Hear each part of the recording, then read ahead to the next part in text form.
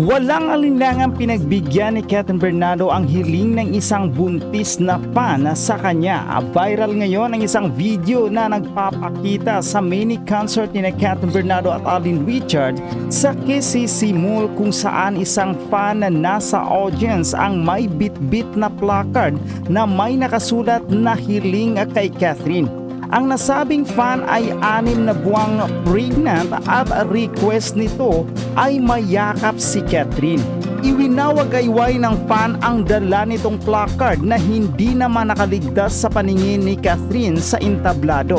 Kitang-kita sa reaksyon ni Kathryn ang pagkagulat at agad na binulungan ang katabi na tila nagbibigay ng instruksyon. Matapos ang performance, mapapanood na naghihintay ang fan sa gilid ng stage at maya-maya pa ay lumapit si Kathryn dito kasunod si Alden. Niyakap ng mahigpit ni Kathryn ang fan ng isang Muslim at kitang-kita sa kanyang ekspresyon ang kasiyahan at ang pagka-touch sa effort ng netizen na pumunta sa event kahit nagdadalang tao ito. Hindi nagawang magpahunas pa ng pawis ni Kathryn sa mukha na makikita sa video na kinunan din ng fan. Hindi nga lang mayakap ni Alden ang fan dahil sa relihiyon nito na bawal ang sinuman na yumakap sa mga babaeng Muslim. Bukod sa yakap, nag-photo op pa ang cut din sa fan na nagbigay ng stuffed toy sa kay Kathryn. Samantala, nagmistulang mini concert ang event sa dami ng mga nanood sa convention center ng mall. Kahapon, Ray, Sunday, di ba, nagpunta naman ang Kat Den sa KCC Mall. Oo nga. Yan yun. Yun yung ano ko yun yung parang apprehension ko dati. Matutuloy ba? Natuloy naman. Natuloy. O kahit paano, di ba, nakapagpasaya sila. Isa naman ang Mindanao, di ba, ang Visayas region, ang nasa lanta din naman. Yes, pero more on Bicol din talaga. Bicol talaga. Yeah, Quezon. So, but anyways, ayun nga, ikaw ba rin naniniwala ka sa tingin mo, nagiging magkamukha na daw si ang Kat Den? Hindi naman. Hindi, yung mannerism. Pwede siguro na-a-adapt ng isa yung mannerism every time nakikita. Kung tatanungin ako tungkol dyan sa na-adapt, dati naman nating sinasabi na mula nung nagsimula yung shooting sa Calgary, tapos palagi sila nagsasama dito, nag-iba yung personality talaga ni Alden. Si Alden na nagbago for Kathryn. Like, alam naman natin kung paano, kumbaga timid naman si Alden, di ba? Hindi ba si Kathryn ang medyo gano'n? Hindi. Sa tingin mo si Kathryn ang papa-picture labas dila noon? Hindi. Ngayon kasi pag may mga pictures sila talagang labas dila pareho. Hindi. Kasi syempre, wacky naman yun. Labas dila. Wacky naman yung picture. Hindi na palagi nakalabas ang dila. Labas dila picture. Kasi alam mo kung papansinin nyo kasi, parang ang itim ng dila ni Don. Parang, hindi, binrush ko yung kanina. Kulay atay. Binrush ko yung kanina. Tingnan mo nga. Ano ba inano mo? May sakit ka kasi. Di na mga labas mo. Ganun din, masama daw yung mapitin. Ay, ganun? Meron ka. Pakain nga. Dapat daw medyo... Meron ba kayong pampaitim dyan? Parang hindi na raw normal. Kaya pala parang anemic na yung ano. Well, ayan. Hindi, pero tuloy yung natin. Mannerism, sige. Yung mannerism. Tingin ko na-adapt talaga. Na-adapt ng isa't isa. Pero sa akin talaga, na-adapt talaga yung pagiging jolly ni Kathryn. Ni Alden. Kasi Alden, hindi naman siya ganun niya. Alam naman natin parang may pagka-conservative itong batang to. At medyo may pagka-reserve. Pero ngayon, hindi. Ako naman ang baliktad. Baliktad sa'yo. Parang si Kathryn kasi medyo mabagal moment. Yung lagi siyang naka-slow motion. Ganun naman ang dating sa akin. Si Alden yung medyo malikot. Hindi ko kasi nakikita yung kay Alden dati. Baka magkaiba tayo na nakikita sa kanila. Kasi pag nakikita ko kasi si Kathryn doon sa kanyang mga post sa social media, sa IG niya, aligaga, alam mo yun?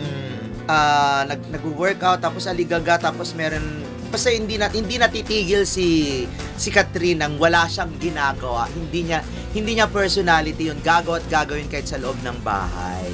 Si Alden medyo, kasi nga maginuod, di ba? Oo. Pero nakikita ko naman siya, lagi siyang masayahin. Masayahin siya ngayon. Yung tipong lagi rin nakasmile. Kaya nga di ba labas na labas yung dimples. Tsaka si Alden kahit hindi siguro nakasmile, dahil sa dimples, parang nakasmile din. Si Catherine kasi, ako sa bagay din, ang na-imagine ko kasi, the last time na na-imagine ko kay Catherine, ay yung press con talaga na kung saan nagsimula yung usaping break na sila ni ano. Yun yung malungkot moment niya kasi. Yung halos hindi sila nagtatabi, tapos yung mga medyo malabnaw na ang treatment. Yun ang naaalala ko lagi. Si Catherine, ano yan, ako sa ilang beses ko ng interview sa kanya, sa mga press con, ano talaga yan, mahinay talaga yung, pag-girl talaga yung pag sumagot. Pero pag kumilos, pag nag-start na yung kumilos at maging masaya, malikot-likot din. Pero hindi naman kasing likot ng ibang mga komedyante o ano. Ay, ibang babae. Ibang mga babae. Ayun. Well, anyway, maganda naman to kasi ang ganda naman kasi nung vibes nung pelikula nila, yung pagsasama nila, di ba? Oo, the more na lagi. Tsaka sobrang nagiging excited na talaga ang marami.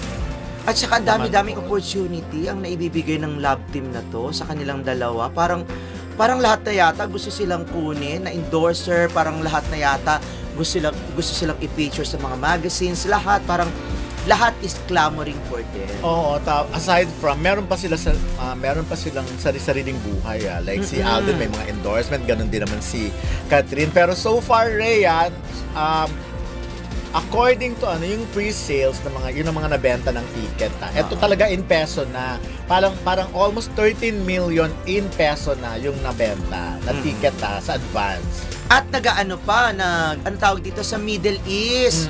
Nagdadagdag pa sila ng mga sinihan yata. I heard magdadagdag ng sinihan.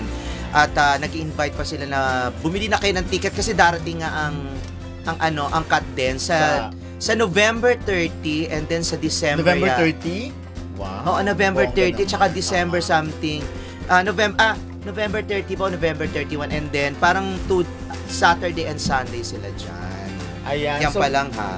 Pero yun at nakakaloka nga yung parang 13 million at parang sigurado na agad sa first day may 13 million nakita agad Malaking bagay na yon. So paano pa yung mga walk-in? Diba? At saka yung isang linggo papasok pa ang Saturday at Sunday. Kaya posible talagang umabot to ng 1 billion bago pa siya siguro magtapos ng taon. Pero so far, Ray, ang SM Dasmariñas ang merong pinakamaraming bumiling ticket na worth 774,540 pesos na ito. Okay.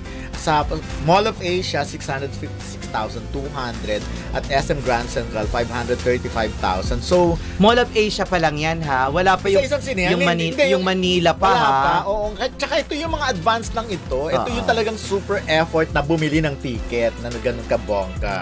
Kasi tayo hindi pa naman tayo bumili ng ticket, di ba? Hindi. Parang pang walk-in pa lang. Tsaka yung mga iba nating nanonood dito, parang pang walk-in sila. Mas gusto nilang pupunta sila doon nung first day.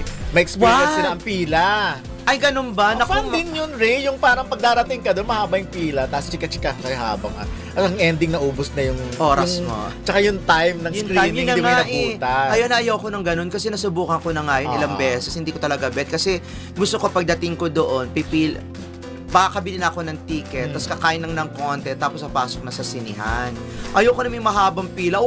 Dahil ang sakit nun sa legami. Wow. Kami naman hindi. Parang kami pag gusto namin, kakain muna ng marami, tapos pipila, tapos manunood, tapos kakain uli ng marami. Kaya pala. Mga gano'n. Etus lang yun. Gano'n. Hindi, pumili na lang kayo. Kung gusto nyo talaga nung sinasabi ni Dondon na may experience yung mahabang pila, gora kayo maaga para kayo manonood ng concert na pipila kayo. Naisipin nyo na wala itong, hindi ito pelikula o palabas sa sine na merong mga screening dates. Na ilang araw pa ipalalabas ng linggo pa. Yung bang gano'n, tingnan nyo lang at least makikita nyo yung feel